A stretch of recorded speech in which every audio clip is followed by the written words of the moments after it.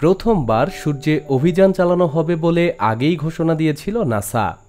তা বাস্তবায়নে আর বেশি দেরি নেই। আগামী সপ্তাহেই সূর্যের উদ্দেশ্যে পাড়ি দিবে মার্কিন মহাকাশ গবেষণা সংস্থা। গাড়ির আকারের স্পেসক্রাফট রওনা দিবে সূর্যের দিকে।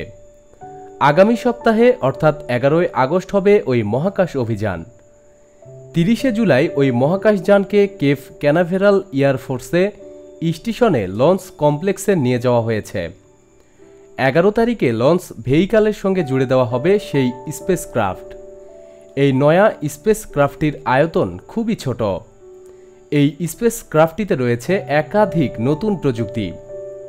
এটি সবকটি গ্রহের সমস্ত রহস্য সমাধান করতে সক্ষম।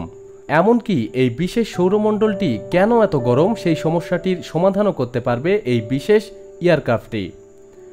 নাসার পক্ষ থেকে জানানো হয়েছে, জ্বলন্ত সূর্যের আবহাওয়া সম্পর্কে তথ্য সংগ্রহ করতে তার 66 লক্ষ কিলোমিটার দূর দিয়ে প্রদক্ষিণ করবে এই মহাকাশযান। এই অভিযানের নাম দেওয়া হয়েছে সোলার প্রোব প্লাস মিশন। পৃথিবী থেকে 15 কোটি কিলোমিটার দূরে থাকা সূর্যের কাছে গিয়ে ওই যান জেনে আসবে যে কেন সূর্যের আবহাওয়া যতটা উত্তপ্ত, সূর্যের তল ততটা নয়। এর আগে এত কাছাকাছি যায়নি কোনো স্পেসক্রাফট।